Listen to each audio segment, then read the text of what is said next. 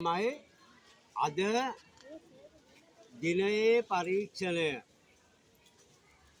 දිනයේ පරීක්ෂණය ඉතාමත්ම වැදගත් වර්ෂාමාන දෙකක් අපේ ඉස්කෝලේට කාලගුණික විද්‍යා දෙපාර්තමේන්තුවෙන් ලැබිලා තියෙනවා. එකක් මීට වඩා සංකීර්ණයි. ස්වයංක්‍රීය වර්ෂාමානයක්. දැන් මේ උපකරණය ස්වයංක්‍රීය වර්ෂාමානයක් නෙවෙයි. මේ බලන්න මේකේ ඇතුලේ මේ බලන්නකො චූටි සිදුරක් තියෙනවා. පොඩි සිදුරක්. හෝදගෙන එන වතුර මෙතනට එකතු වෙන එක වළක්වන්න මේක ටිකක් උස්බිමකයි තියන්නේ. ඇයි උස්බිමක තියන්නේ? හෝදගෙන එන වතුර එන එක වළක්වන්න. වතුර විතරක් නෙවෙයි මේක පල්ලෙහා මට්ටමින් තිබුණොත් වෙනත් දේවලුත් මේවා එකතු වෙනවා. දැන් මේකට වැටෙන්නේ අහස් වතුර විතරයි. අහසින් වැටෙන වතුර විතරයි එකතු වෙන්නේ. දැන් පුතා ඊළඟට අපි මේක අයින් කරලා වර්ෂාව සාමාන්‍යයෙන් පැය 24ක කාලයක් තුලදීමයි ඉන්නේ. මේ තියෙනවා බකට් එකක්. මේ බකට් එකක් තියෙනවා. ඒ බකට් එකට වතුර එකතු වෙනවා. එකතු වුණාට පස්සේ මේක බාල්දියකින් වාගේ එළියට ගන්න පුළුවන්. පැහැදිලිද?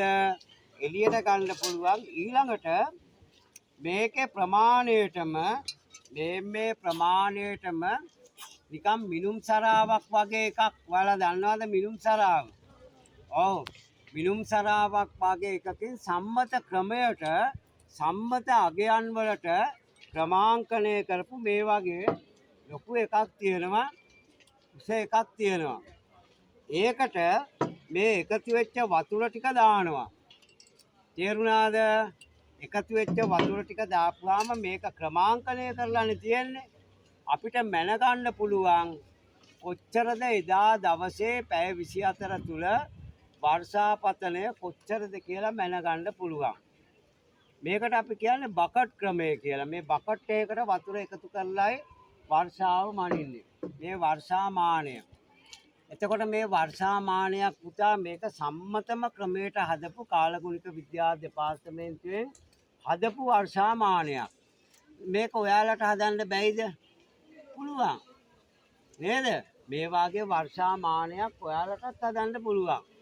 ඒක නිසා වර්ෂාමානය ගැන අපේ කාලගුණික දත්ත ලබා ගැනීම මේවා පොඩි කාලේ ඉඳලා පුරුදුනහම ඒ අය තමයි අද කාලගුණික විද්‍යා දෙපාර්තමේන්තුවේ ලංකාවේ ප්‍රධානම අධ්‍යක්ෂක ජනරාල් කෑගලු විද්‍යාලයෙන් බිහිවෙච්ච විශිෂ්ටයෙක්.